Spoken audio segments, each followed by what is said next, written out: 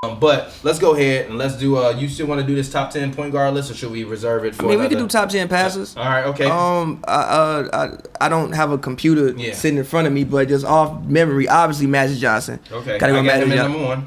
Magic Johnson. Number 2, John Stockton. Okay, gotta go John Stockton. John Stockton at my number 2.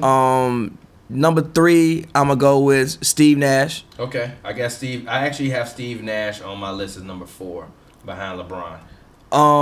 But I feel you. Number 4, I'm gonna go with Jason Kidd. Okay. Jason Kidd, number 4. Number 5, I'm gonna go with Larry Bird. Number 5.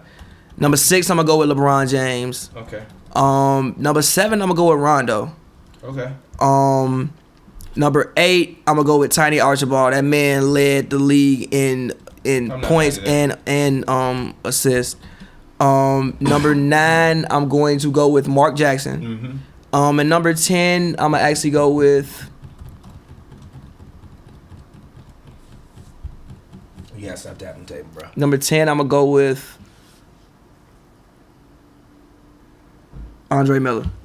All right, and for me, my top 10 passes of all time. Since we had this argument, shout out to Charlie. Isaiah Thomas, somewhere in there.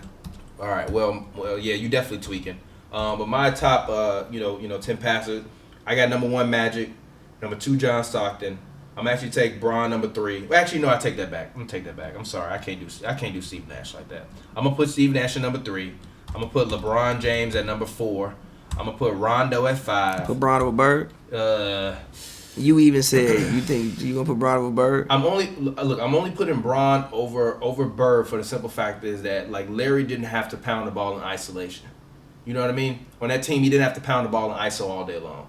If Bron is pounding the ball in ISO all day long and literally passing people open because he's holding the ball for so much. So I feel like the same way with CP3, who I have as my number 6. I don't have CP3. And I got Rondo number 5. I got CP3 number 6. I got Kidd 7. I got Larry Bird 8. Isaiah Thomas 9. Mark Jackson 10.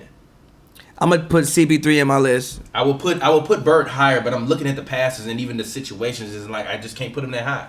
And this conversation started because I said Steph was a top 10 passer. I was wrong. He's not a top 10 passer. Top 20, top 15. If top 25. Top 25. I personally say top 20, but I'm fine with that. I feel like the burden on him, the same way that we talk a lot about, like you say that if Steph wanted to rebound like Russ, he could. He just doesn't have to. I feel the same way about assists. He's averaged over 8 assists in a season. You've seen he can pass the ball.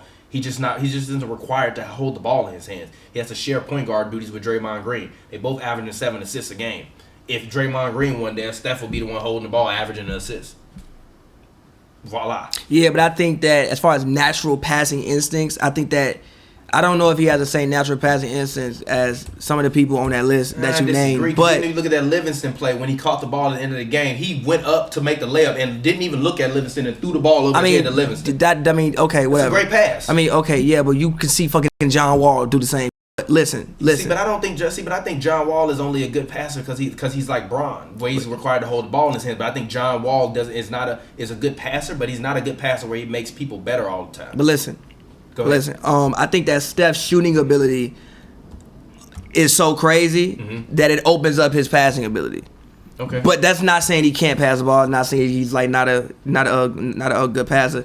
I just don't think his natural passing instincts are elite level. They're very good, but I don't think it's elite level. Go back and watch some passing compilation when you get a chance. That's a passing compilation. No, but that's where you see the passes. I mean, yeah, but everybody that's where you see the goddamn passes. Yes, but if I turn on a passing compilation for fucking Kyrie Irving, I could find a quote. What do you mean? Kyrie the same passer Steph is. I don't think it's far away. Come on, man. I honestly don't think it's far away.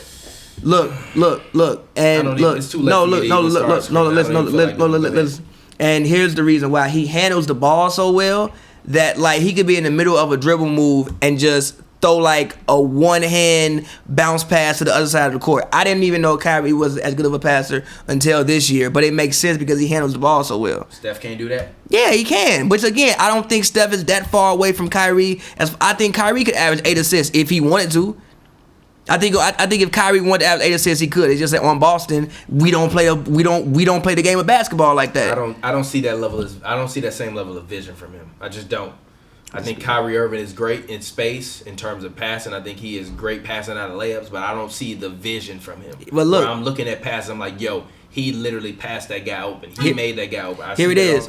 I think that his scoring ability would allow, like, again, I don't natural passing instincts. No, I'm not going to put him on the same list as those guys. But he's so deadly of a scorer that the fact he scores so well makes other people open. Like Steph, he scores so well that if I got to come out with you, if I got to pick between this guy and this guy, I'm going to probably go with Steph because Steph scores so well, I can dump the ball to him. Now, again, it's still on you to find a person because you could be like, shit, I don't know, Russ.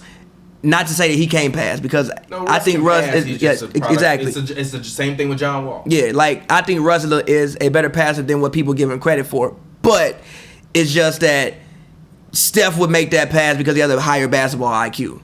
Yeah, but that's part of being a great passer. Yes, and look, listen, I think he's a very good passer. I don't think he is a elite level passer. Same with Kyrie. I think he's a good passer. I don't think he's an elite level passer. I think as Steph Curry's career starts to wind down and he starts to lose a little bit of his athleticism, because I still feel like he's still, even though people act like he's not a top athlete, he's still a top athlete in the NBA. He might not be top 25, but he's still a top athlete in the NBA. Yeah. And I think as he starts to even run that many miles a game, as he starts to lose more of his athletic ability and he starts to get his old man game, I think you will see I think his assist numbers and later in his career, his scoring numbers gonna go down to like 20 something, like around 20, like Klay Thompson type of scoring numbers. But his assist totals are gonna start going through the roof, and I think you'll start to see that more as he gets a chance to not necessarily have to be dependent upon scoring, but he's gonna be able to create more. I legitimately think you're gonna see the same way you've seen LeBron, like multiple generations. But the craziest part is Steph essentially went from being like nowhere to instantly being on top, like almost not necessarily overnight, but if it was overnight. It was overnight. I'm not gonna say it was overnight because it takes years, and you have to deal with potential career-ending ankle injuries where everybody was putting the odds against you. So from that perspective, it's not overnight, but it essentially.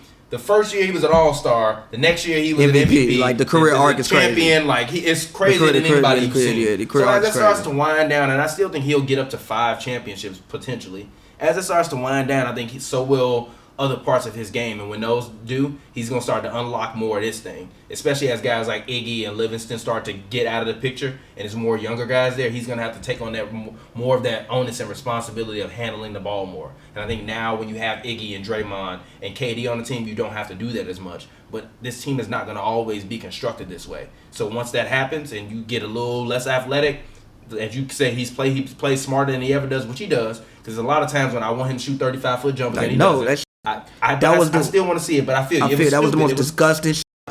It went in. Shout out to fact going in, but that was I genuinely 2016. That was the least fun I've ever had watching the basketball play. I fucking hated watching that man play in 2016. No, I just didn't like it. I thought it was terrible for the game of basketball. I thought it was terrible for the game of basketball. I like good basketball. You know I like good basketball. I know. I feel you. But all right, let's go ahead. Let's move on.